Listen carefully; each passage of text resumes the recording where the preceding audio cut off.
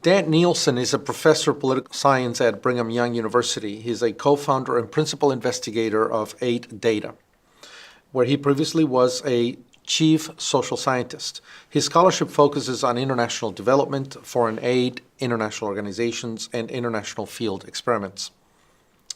Nielson is co-author of Global Shell Games: Experiments in Transnational Relations, Crime and Terrorism, and co-editor of Delegation and Agency in International Organizations.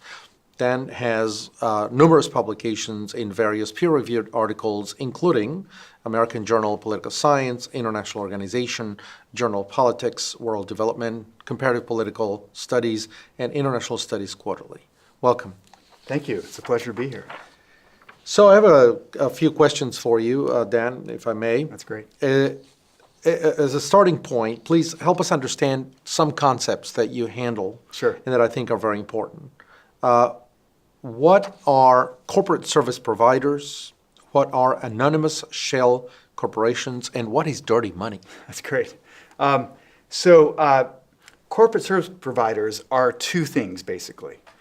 They're either law firms that specialize in business law, or they're standalone incorporation services. They usually retain lawyers or have them, on contract, whose primary work is creating companies for other people. So business law firms do that, and corporation services do that, and there's a lot of interaction between the two. So corporate service providers. The second was shell companies, especially anonymous. Yeah, So a shell company is defined as a legal person. So this is not an actual person, but a legal person. So it has standing in court.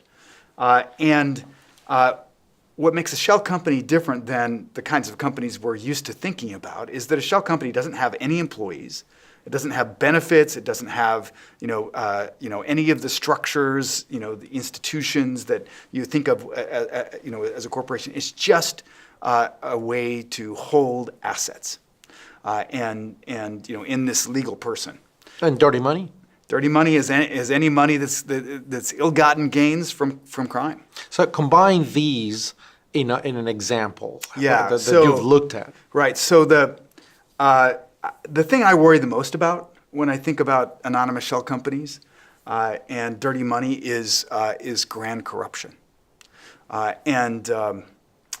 this is high-level government officials that loot their treasuries and then take their money out of the country through anonymous shell companies and launder it, right, and move it into more legitimate spaces, and then hold it in bank accounts, usually in the names of these anonymous shell companies, that then they can use for whatever purpose they want. Can you tell us of an example of a particular country where you saw this? So the one that's been in the news the most, right, and the one that's actually sort of at the heart of some of these Mueller investigation, components, is the Magnitsky case.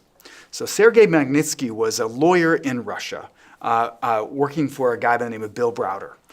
Who's an American, was born and raised in America, but now lives in the United Kingdom. He's a billionaire, right? So Magnitsky was working for Browder, and one of Browder's companies that Magnitsky was retained as a lawyer to work for was found to have been involved in a fraudulent tax scheme, but without the knowledge of Bill Browder or anyone else, right? So this is Russian tax authorities apparently had used the company's name to do a series of fraudulent tax maneuvers that ended up with hundreds of millions, tens of millions, hundreds of millions of dollars, just lost through through these fraudulent taxes. It was really kind of an elaborate scheme. But Magnitsky, because in his role as the lawyer working for Browder, learned about the tax fraud and blew the whistle. The problem was that the tax fraud went to the very highest levels of the Russian government. I don't know if it went all the way to Putin, but it went really high. As far as we know, right? I mean, this is all alleged because there's been no criminal proceedings on this, rather than the malefactors being apprehended, Magnitsky was put in jail. And in Russia, you can hold someone, legally hold someone for up to a year before you have to actually file charges. Magnitsky was held, medicine was withheld from him, and he was tortured and died just a few days before the 1 year expired. Is that a common? You see these kinds of shell corporations to launder money, to embezzle money. Oh, yeah. Sneak it out of the country and Right. take it somewhere else, launder it. Yeah. Yes. I mean, one of the hard things about grand corruption is because it's secret. We don't always know about it, but it really seems to be a very common feature In Africa, Latin America, right. Asia. I I mean, mean, there's a number of countries that. For example, I mean, there are many more companies in Delaware than there are people, and as we've learned through our research, Delaware is the easiest place in the world that we've audited for getting an anonymous shell company. It takes about 15 minutes, about $40, depending on the company you go with, $40 to $100, and you've got a company. And they don't ask for any identification, let alone notarized identification. So you could make this in the name of Mickey Mouse. Dan, but that means that we Americans play a role in this. I mean, we're kind of facilitating this to some extent, right? I mean, we provide the ability for these companies to be constituted Right. in our society, Right. and we don't know what they're being used for. Exactly. That's exactly right. Wow. Right. So and it's not just Delaware. Wyoming and Nevada are Right. just about as easy, as is Montana and a few other states you wouldn't necessarily expect. I think Indiana is on that list, right? So states in the United States facilitate this. Wow. So in the book, Global Shell Games, I guess the key word being shell, Right. You and your co-authors test corporate service providers' compliance with international identification standards. Right. What method did you use to conduct your study, and what would you say is unique and appealing about your approach? Great question. So we did a combination of an audit study and a field experiment. So the audit study was necessary because we just didn't know what were the patterns in the world, right? There was just no systematic data, cross-national data on how common are anonymous shell companies and how easy are they to get. So we audited 180 countries.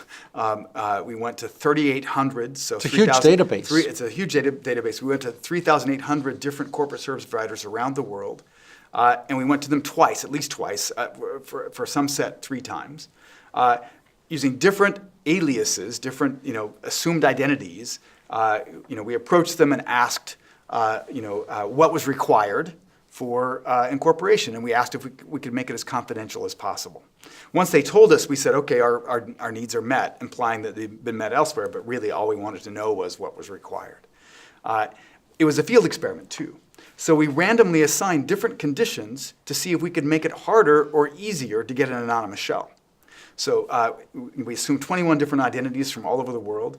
8 of the identities were in what we called Australia, so very sort of innocuous countries. The 4 Nordic countries, and then Australia, New Zealand, Austria, and Netherlands. Right. So fairly. Which tend to rank very super high or low on corruption. Yeah, super low corruption, super high rule of law.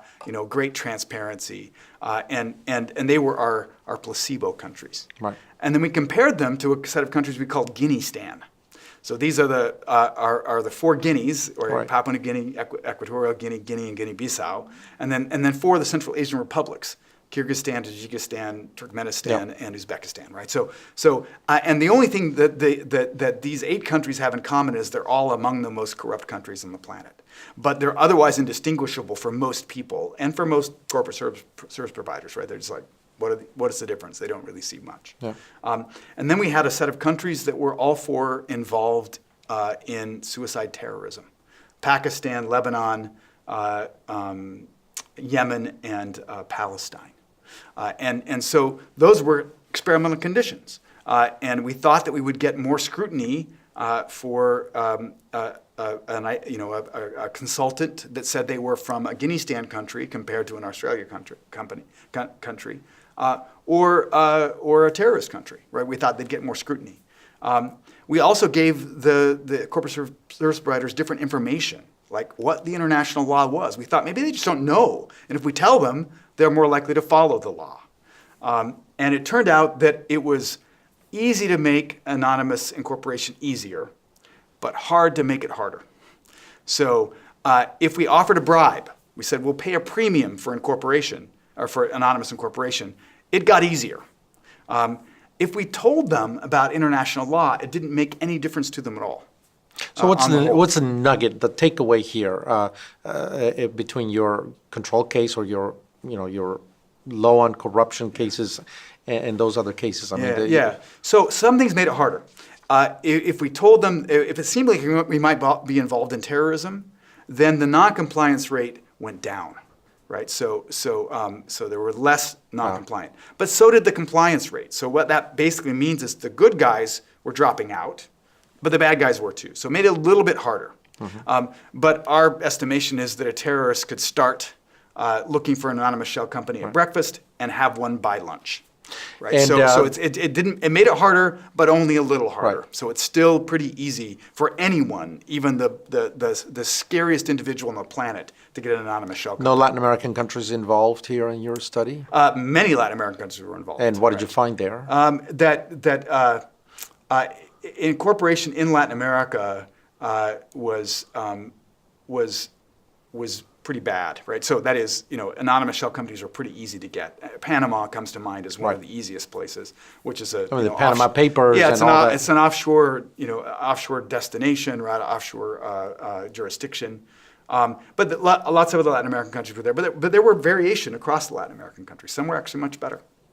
So tell me, how was your study received? Well, and make a distinction between the academic community, the business community, the international community, and so on. What's the reception of your study? That's great.